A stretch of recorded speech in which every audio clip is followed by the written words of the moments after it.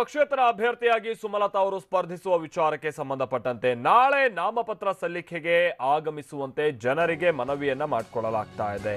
ಫೇಸ್ಬುಕ್ನಲ್ಲಿ ಮಂಡ್ಯ ಜನರಿಗೆ ಪಕ್ಷೇತರ ಅಭ್ಯರ್ಥಿಯಾಗಿ ಕಂಟೆಸ್ಟ್ ಮಾಡ್ತಾ ಇರುವಂತ ನಟಿ ಸುಮಲತಾ ಅವರು ಮನವಿಯನ್ನ ಮಾಡಿಕೊಳ್ತಾ ಇದ್ದಾರೆ. ನನ್ನ ಪ್ರೀತಿಯ ಮಂಡ್ಯದ ಜನರ ನಿರ್ಧಾರದಂತೆ ನಾನು ನಾಮಪತ್ರವನ್ನ ಸಲ್ಲಿಸುತ್ತಿದ್ದೀನಿ. ನಾನು ಸ್ವತಂತ್ರ ಅಭ್ಯರ್ಥಿಯಾಗಿ ನಾಮಪತ್ರವನ್ನ ಸಲ್ಲಿಸ್ತಾ ಇದ್ದೀನಿ. ನನಗೆ ಇನ್ನಷ್ಟು ಧೈರ್ಯ ತುಂಬೋದಕ್ಕೆ ಆ ದಿನ ನೀವು ಆಗಮಿಸಬೇಕು. ಅಂದ್ರೆ ನಾಳೆ ದಿನ 20ನೇ ತಾರೀಕು ನೀವು ಆಗಮಿಸಬೇಕು.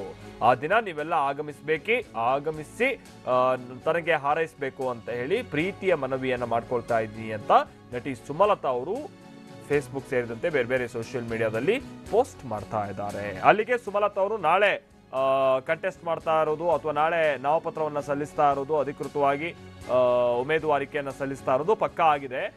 ಜೊತೆಗೆ ಆರಂಭದ ಹಂತದಲ್ಲಿ ಬಹಳ ಜನ ಬೆಂಬಲ ವ್ಯಕ್ತವಾದ್ರೆ ಎದುರಾಳಿ ಪಾಳೆಯಕ್ಕೂ ಕೂಡ ಒಂದು ಮೆಸೇಜ್ ಕೊಟ್ಟಂಗೆ, ಜನರ ಜೊತೆಗೆ ಇತರರಿಗೂ ಕೂಡ ತಾನೋರ್ವ ಸ್ಟ್ರಾಂಗ್ ಅಭ್ಯರ್ಥಿ ಅನ್ನುವಂಥ ಒಂದು ಮೆಸೇಜ್ ಅನ್ನು ಕೊಡೋದಕ್ಕೂ ಕೂಡ ಅವಕಾಶ ಆಗುತ್ತೆ. ಪ್ರಬಲ ಅಭ್ಯರ್ಥಿ ಅನ್ನುವಂಥ ರೀತಿಯಲ್ಲಿ ಒಂದು ಮೆಸೇಜ್ ಅನ್ನು ಕೊಡೋದಕ್ಕೆ ಅವಕಾಶಗಳು ಕೂಡ ಆಗುತ್ತೆ, ಒಂದು ಸೂಚನೆ ಕೊಡೋದಕ್ಕೆ. ಈ ಕಾರಣಕ್ಕಾಗಿನೇ ನಾಳೆ ಅತಿ ಹೆಚ್ಚಿನ ಸಂಖ್ಯೆಯಲ್ಲಿ ಬರಬೇಕು ಅಂತ ಮನವಿಯನ್ನ ಮಾಡ್ಕೊಳ್ತಾ ಇದ್ದಾರೆ. ರವಿ ಲಾಲಿಪಾಳ್ಯ ನಮ್ಮ ಪ್ರತಿನಿಧಿ ಇದಕ್ಕೆ ಸಂಬಂಧಪಟ್ಟಂತೆ ಮತ್ತಷ್ಟು ಡೀಟೇಲ್ಸ್ ಅನ್ನು ಕೊಡ್ತಾರೆ. ರವಿ ಲಾಲಿಪಾಳ್ಯ, ಹೇಳಿ ಕೇಳಿ ನಾಳೆ ಸುಮಲತಾ ಅವರು ನಾಮಪತ್ರವನ್ನ ಸಲ್ಲಿಸೋದಕ್ಕೆ ಸಿದ್ಧ ಆಗ್ತಾ ಇದ್ದಾರೆ. ಒಂದು ಕಡೆ ಸೋಷಿಯಲ್ ಮೀಡಿಯಾದಲ್ಲಿ ಮನವಿ ಮಾಡ್ಕೊಳ್ಳೋದ್ರ ಜೊತೆಗೇನೆ ಸ್ಥಳೀಯವಾಗಿ ಏನೆಲ್ಲ ಸಿದ್ಧತೆಗಳು ಆಗ್ತಾ ಇದೆ, ಏನ್ ಕತೆ ರವಿ ಲಾಲಿಪಾಳ್ಯ?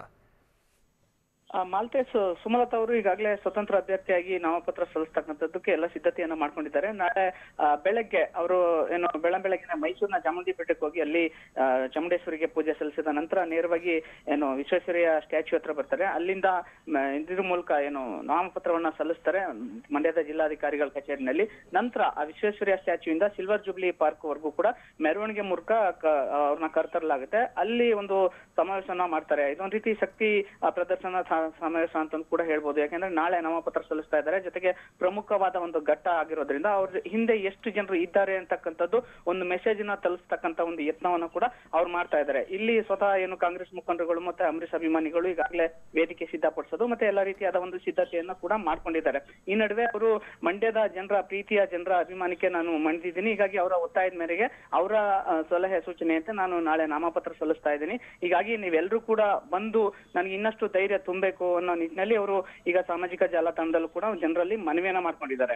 ಇದು ಒಂದ್ ಕಡೆ ಆದ್ರೆ, ಇನ್ನೊಂದ್ ಕಡೆ ಜೆಡಿಎಸ್ ಅಭ್ಯರ್ಥಿ ಆಗಿರ್ತಕ್ಕಂಥ ನಿಖಿಲ್ ಕುಮಾರಸ್ವಾಮಿ ಅವರು ಇವತ್ತು ಮಳವಳ್ಳಿ ಭಾಗದಲ್ಲಿ ಪ್ರಚಾರವನ್ನು ಆರಂಭಿಸ್ತಾ ಇದ್ದಾರೆ. ಅವರು ಇವತ್ತು ಮಳವಳ್ಳಿ ಅಲಗೂರಿನಿಂದ ಆರಂಭಗೊಂಡು ಮಳವಳ್ಳಿ ತಾಲೂಕಾದ್ಯಂತ ಸಂಜೆವರೆಗೂ ಕೂಡ ವಿಧಾನಸಭಾ ಕ್ಷೇತ್ರದಲ್ಲಿ ಪ್ರಚಾರವನ್ನ ಆರಂಭ ಮಾಡ್ತಾ ಇದ್ದಾರೆ.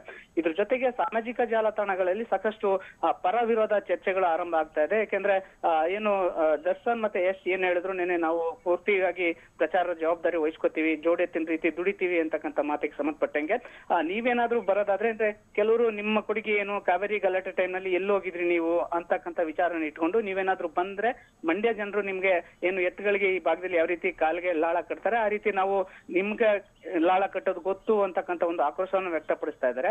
ಅದೇ ನಿಟ್ಟಿನಲ್ಲಿ ಇನ್ನು ಕೆಲವರು ಮಂಡ್ಯ ಯಾರ್ ಸೊತ್ತು ಅಲ್ಲ, ನೀವು ಬರ್ಬಹುದು ಅನ್ನೋ ನಿಟ್ಟಿನಲ್ಲಿ ನೀವು ಕೂಡ ಕಾವೇರಿ ಗಲಾಟೆನಲ್ಲಿ ಪಾಲ್ಗೊಂಡಿದ್ರಿ ಅಂತಕ್ಕಂಥ ರೀತಿನ ಇಟ್ಕೊಂಡು ಅವರು ಪಾಲ್ಗೊಂಡಿದ್ದಂತ ಫೋಟೋಸ್ ಮತ್ತೆ ಅವ್ರ ಜೊತೆ ಇದ್ದಂತ ನಾಯಕರುಗಳ ಫೋಟೋ ಇಟ್ಕೊಂಡು ಅವರ ಪರವಾಗಿ ಕೂಡ ಒಂದು ಅಭಿಯಾನವನ್ನ ಮಾಡ್ತಾ ಇದ್ದಾರೆ. ಹೀಗಾಗಿ ಈಗ ತಾರಾ ಇದು ರಾಜಕಾರಣ ಅಂತಕ್ಕಂಥದ್ದು ಸಾಕಷ್ಟು ಸ್ಟಾರ್ ವಾರ್ನ ಪಡ್ಕೊಂಡಿದೆ. ಹೀಗಾಗಿ ಪರ ವಿರೋಧ ಎರಡೂ ಬೆಳವಣಿಗೆಗಳು ನಡೀತಾ ಇದೆ.